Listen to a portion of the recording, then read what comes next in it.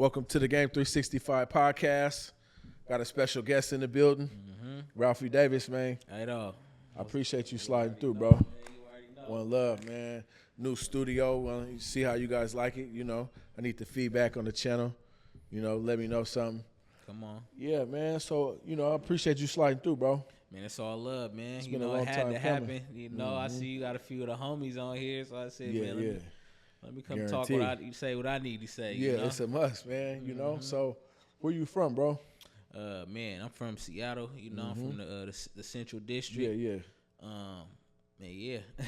So no, what I'm asking that, you know, so people can get an understanding of where you're from and who you are, because that's where you can really feel an artist's music through knowing something about them, you know, versus cats just coming popping up out the blue to a rapper and you be like, nigga, we don't even believe you. For sure. You know what I'm saying? Sure. Nah, you right. For sure. You know what I'm saying? So what where's your early inspirations and stuff growing up in the CD and just growing up in Seattle? How did that influence that you wanted to jump in and start doing music though? You know what? Listening to people like Self-Titled, Yeah. up. When I was young, I used to help them push some of their CDs. You know, just being a kid in the neighborhood, little badass kid running around. You know, they was just like, man, let me give you something to do. So I think, to be honest, seeing them push how they was pushing, it kind of led me to, like, you know, when I was bored at the house, start writing my own music. You know what I mean? So.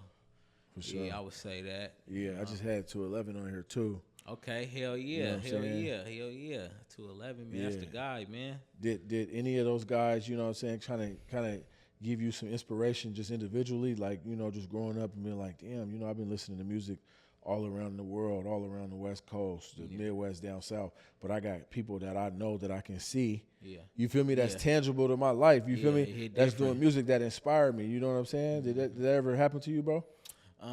You know what? Like, they do holler at me. Like, I have, you know, gotten good game from them because it took them a minute to even catch on that I was making music, you know? Yeah. But I would say, it has.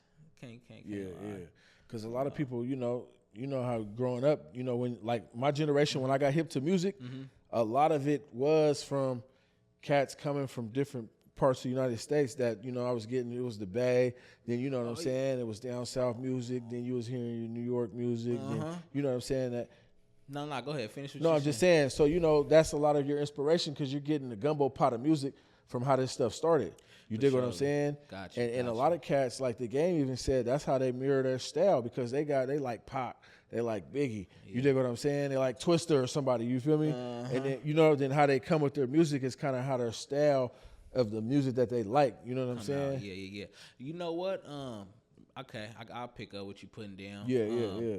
You know, I listen to a lot of East Coast music coming up. You know, my favorite rapper from out there was Fabulous, and like Jadakiss. You know what I'm saying? Yeah. D-Block, there man. you go. D-Block was hard. The Dipset, I was heavy on Dipset. You know, I also got inspired from listening to, like, people from the South, like Scarface, you know what I'm saying? Lil Kiki. Yeah. You know, man, as far as the West Coast, you know, DJ Quick, you know, I rocked with what he was doing.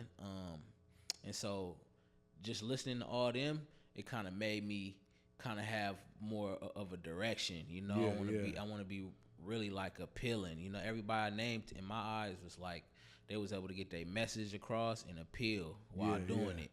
So that's what's up. Would you get started at? Would you pen your first song? Was it in middle school, high school? Oh man! Or was you freestyling off the gate with the homies? You know what I'm saying? Yeah. Was you just popping it? You know, whatever party or you went out or in the room.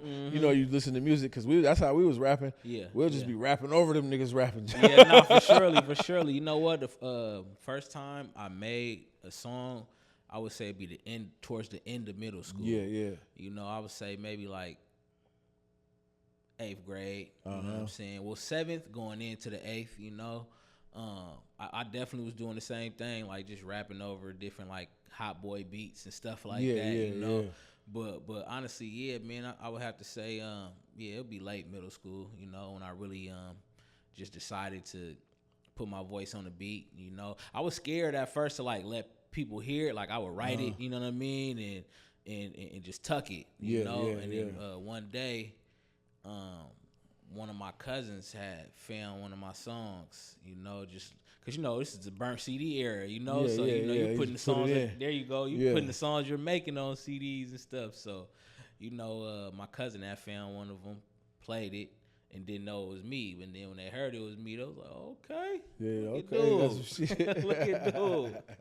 Hey, we was talking about traveling. So, you have you been traveling since you was young, or that just became something that later on, and that's for doing music? Yeah. You was like, I can spin. I got my own spin to what I'm doing. Yeah. No, you know what? Well, I used to live in the Bay Area. Oh, okay. I lived in San Francisco. I moved down there when I was like 13. You know what I'm saying? With Mom Dukes. And I would say, like, out there, I was able to kind of see things a lot faster and really just develop a flavor. You know what I'm saying? Yeah. But like throughout the summer, throughout the year, I'd be like back and forth, heavy.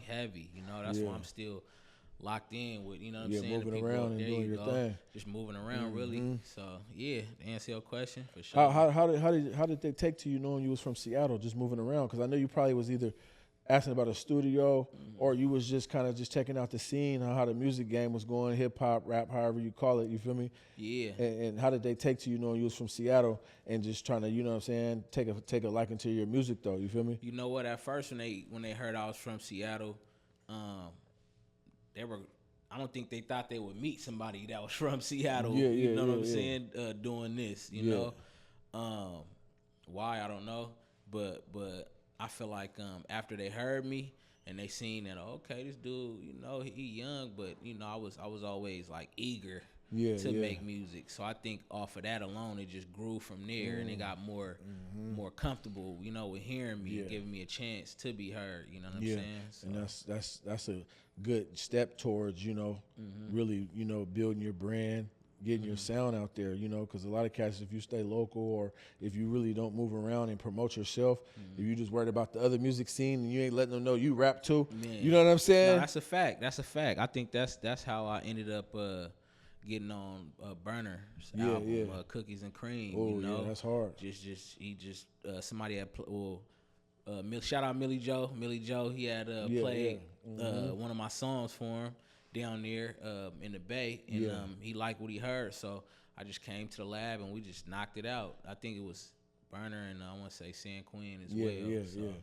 That's what's up. So speaking of that, what are your top 5 or 10, no matter how many you have, like celebrity, famous celebrity, or even on top of the charts, independent wise, what I'm saying, artists that you did features with? You know what, Will Burner, Quinn, Jay Stalin, Larry June. Some hitters. Yeah, man. I think that's it as far as like, people that's up there. Yeah. I feel like I'm forgetting somebody, right? But it's not coming to me right now. But this is my next question, because now a lot of people from Seattle, Tacoma, I-5, even I got a partner that's doing this thing over in Yakima and stuff like that, over Tri-Cities. So what is your top 5 Pacific Northwest artists? Because I'm not just going to say Seattle, Tacoma. I'm saying just Northwest, whole region. bro. Got you, because a lot of cats, I don't care if it's CD, South in this way, Tacoma, Yakima, Tri-Cities, they got somebody that's popping for the Northwest right now, bro. Yeah. And you too. But I'm saying, I don't want you. I'm asking about. Got you. You feel what I'm saying? So, give me 5 of them. Okay, do they have new or old, or don't matter? Right now, current. Okay, that's with motion. You know what I'm saying? Okay, for sure. Yeah. Well, I'm gonna have to go with Ralphy D. You feel me? For sure. That's my dog. Shout out you Ralphy feel D. me? I'm gonna have to go with Make a Million. I like what he's doing. Too. A lot of flavor. Yeah, he's hard. Yeah. That's the thing. I like people that saying something, but I gotta feel some type of way listening to you. If listening to you don't make me feel fly, or maybe want to do something fly in my spare time, I don't know. Or motivated too. But anyway, I would say Mike Jack. 2 more. Mike Capes from Portland. I never heard of him. I gotta look him up. Definitely tap in. And okay. cause I know, I want to say somebody. You know what? I'm gonna go with Louis. Yeah. I'm gonna go with Louis. Yeah. Okay. Mm-hmm. What's your definition of game, bro? My definition of game is knowledge. Yeah. You know what I mean? The knowledge that you hold, you know, the knowledge that you know you could pass on to somebody else. That's gonna be useful in what they doing, you know, with their situation. Just being able to bless somebody else with something that they can, you know, win with. There you go. Whether it's mental or a means to go get something, to handle something, you know what I'm saying? Exactly. Okay. So what you got going on right now, though, present? Let's talk about some projects and, you know, some new videos or, you know, just whatever you got going, man, so everybody can follow you, look forward to, you know what I'm saying, some new stuff, because everybody already know about you, and now we, you know, trying to get in every household in the United States. Come on. I want a cat in Iowa to be like, oh, Ralphie's hard. Yeah, come on. You know what I'm saying? Goal, man. That's what we aiming for, me? you dig? Yeah. But as far as right now, man, I got Meet Me in Honolulu. That's a tape that I just dropped with. I like that, man. I like that. That's filthy. Yeah, man. I just went out to Honolulu and just got inspired. You know what I mean? Yeah. So I wrote like 4 songs out there and came back and did the other 2. But that's produced by my boy Kodo. That's what's up. He getting heavy out here on the production side. Yeah. You know, I got a tape dropping this Friday, so it'll probably be out by the time this come Yeah, out. for sure.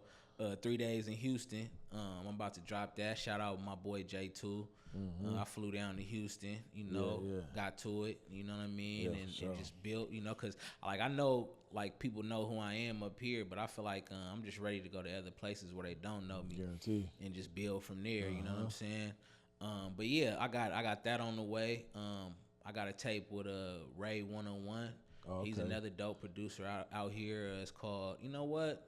I don't even think we got a name for it yet. But we 9 songs in. It'll come. Come on. I got tape. I got the 80 tape that's coming. And then I got another tape with Tope.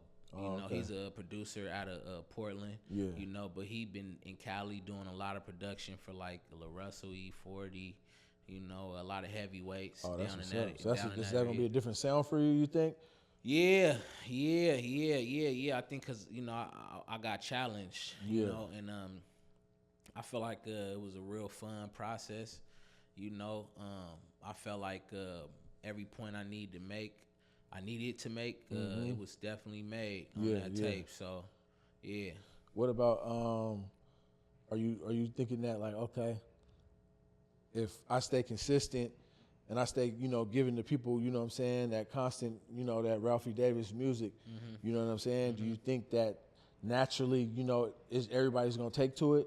You know what I'm saying? Because people like consistency too, bro. Yeah, like, because I don't know if people's attention span, it's like you can listen to somebody's album or just a few songs, pounce for this dude, that artist, this artist, but then you're like, this cat always got cuts. I'm always going to listen to the cuts. You know what I'm saying? It's just, you know how it is. You just always listen to the artists you like their cuts. Yeah. You know what I'm saying? Yeah, for surely. I think to answer your question, like, I do know that my music ain't necessarily for just every type of individual, you know. But I feel like, you know, over time, you know, and things are growing right now with my situation. But I feel like I'm one important person away from really just being out of here. You know what I'm saying? So yeah, man, because it's rare that people hear my shit and just be like, nah, I'm cool. You know what I mean? Yeah. So I'm just going off of that, you know, and I'm just building with the people that want to build with me, you know. So, you know, with that being said, hell yeah. Yeah, for sure. What's your top song to date on all platforms? Yeah. You know what? Landed in Vegas. I would say Landed in Vegas, my most notable song. This, you know, that's the song that kind of got people interested in who I was. So yeah, I would say that. Like if you bring up my name, that might be the first song people bring up. Either that one till I bossed up, or even I don't know. Yeah. So yeah, for sure. You think that a lot of these cats is out here buying numbers? Definitely. Come on, man. That's what for sure. We call it the baking soda of the music game. And see, that's the thing, man. For sure, you know. But you know what though? It's like I feel like it's a difference between just buying streams, trying to look good, and actually having like a marketing plan, you know, and you're like promoting your stuff, and you're coming across more and more people that are, you know, starting to like it and rock with it. Yeah. I just feel like, you know, people gonna do what they can to impress people they don't know. You know what I'm saying? And so, me personally, I'm not really with all the bots and because you know they see they're taking your music, they're doing you dirty now. They catch it in 3D. So bro, I'd rather just, you know, pay to be seen. Yeah. Rather than pay for my streams organically and shit. Just, there you go. You like me, you like my music, you like what I got popping. Then you know you gonna fuck with me regardless. There you type go. Shit. There you go. You know, get you some ads or something. You know what I'm saying? You know, you still gonna. It may not be the numbers you want right then, but over time, you know, small numbers gonna add up. You know what I'm saying? You get 200 today. 200 the next day, you know, if you do that throughout the whole year, you're gonna look up and you might just have 1 million or approaching it. You feel me? But it's better than where you was at. So yeah. What's your best video on YouTube? Mine, man, that's a good question. My best video. Are you saying like streaming wise or like the one people? I mean, that's a good question back because, bro, for real, because I don't know if it's views or how did they go about that on impact YouTube? Of the song. Because there's some songs to where it might not be the most streamed, but that might be your strongest effort. Like that might be the one that people took to the most. Yeah. So man, that's a double-edged one. sword. That's a good one. Yeah. But to you know, and I would have to say, it would have to be Landed in Vegas. Oh, okay, for sure. You know, so Landed in Vegas is the one. Definitely. Did you push it like a single? I did. Like really, like man, this is you know what I'm saying? I did, because you know I would go everywhere, all over the town, all over the region. Yeah, for sure. You know, and I just perform it everywhere, and people just was like, man. Now when I go out there, this is the shit I gotta play now. Shit crazy. Yeah. So you better play that. yeah. For sure. So man. Yeah. How do you feel about like the music politics in Seattle? Not necessarily nothing like street. I'm talking about the music politics in Seattle. Like it don't even got nothing to do with the streets. It means I got you.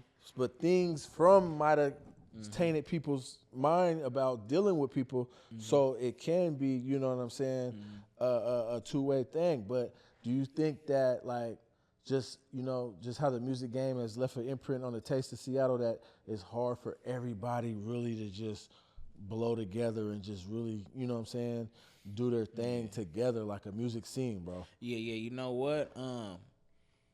I feel like what's going on out here is just everybody wants to be the first one to do something, you know, and it's like if they feel like, you know, if I become more selfish in that aspect, then I can get to where I want to be. Yeah. When in reality, it's like a lot of times, man, you know, when we look at these other places that's booming and doing their shit, like everybody's coming together, you know what I mean? And I feel like just the politics out here is just a lot of like, you know, people only gonna co-sign who they know. You know, or show favoritism to who they know, you know.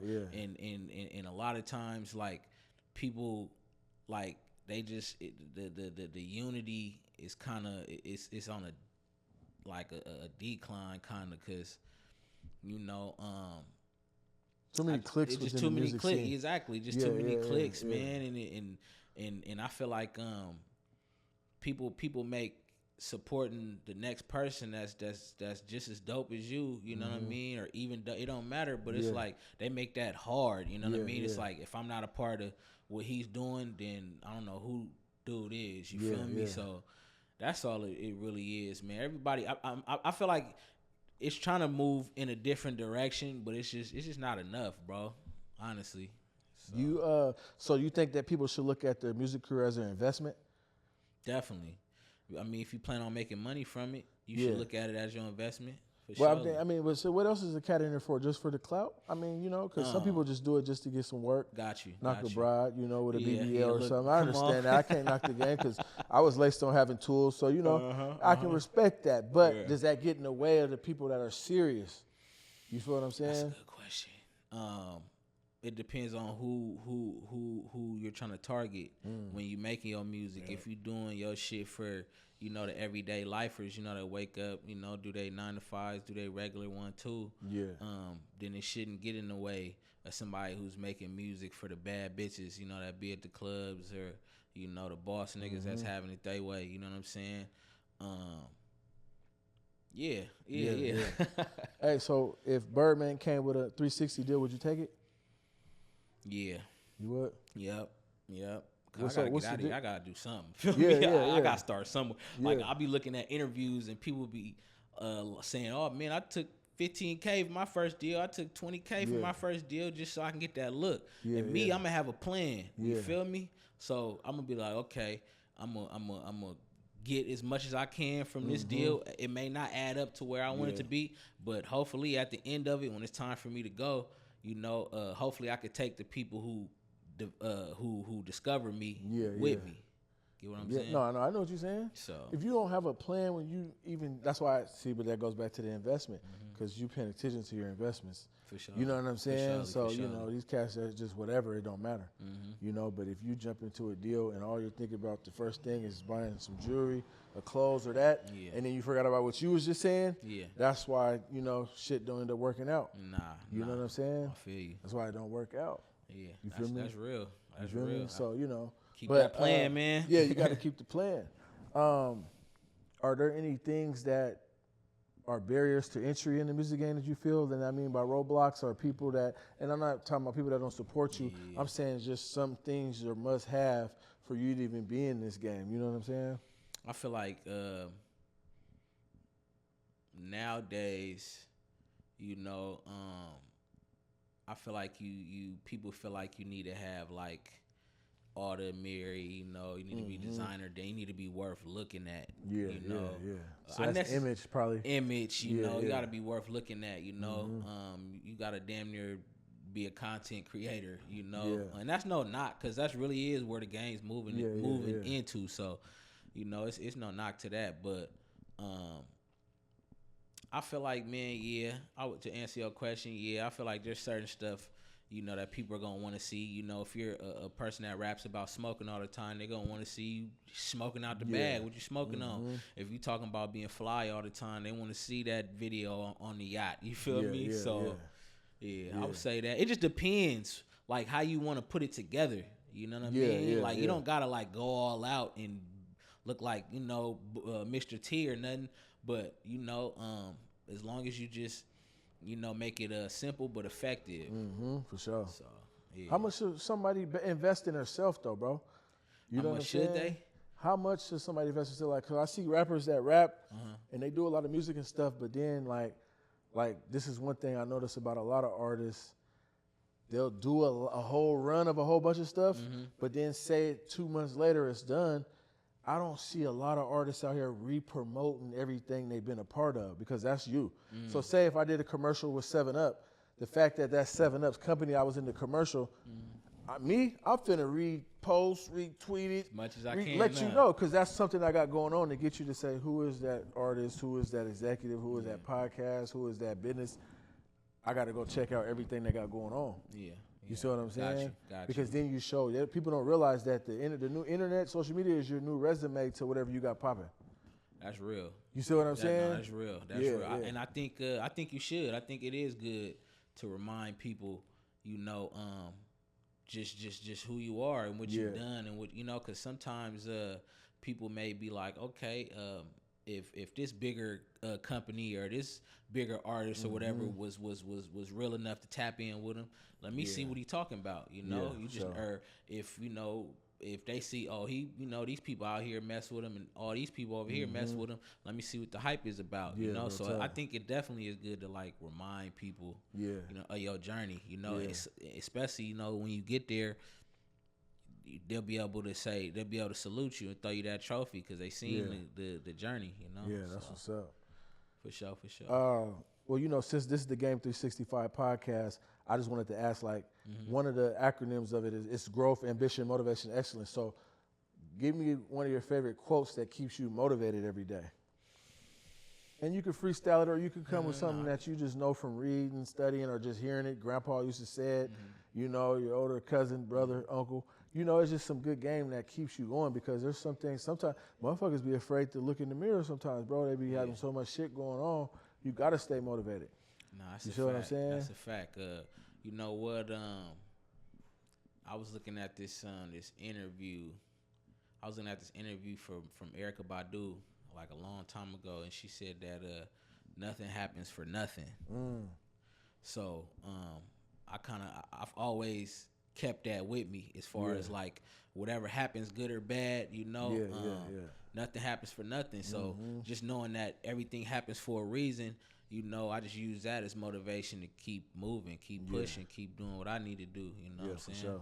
For sure. You think just growing up in Seattle, just your whole experience, man, just made you ready for the world?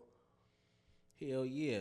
Yeah. Hell yeah. You know, cause man, it's you know, I'm from the inner city, you know what I mean? Yeah. So, you know, you got that aspect. Yeah, for sure. You know, then you go other places, man, and you just see all this diversity, you know what I mean? It makes you feel like you could blend in anywhere you go, you know? Because if I could, you know, because that's the thing about Seattle, you know, that's what makes us really, really flavorful, shall I say, because we're able to walk in the room, you know, full of, you know, niggas in the trenches and politic with them, you know, then go on the other side, you know, Queen Inn or Ballard or whatever. Executive Suites. Yeah, there you go. You know what I'm there saying? you go, man. And walk in there with that business suit on, man, and make it look good, you know. So that's what I love about us, man, for surely.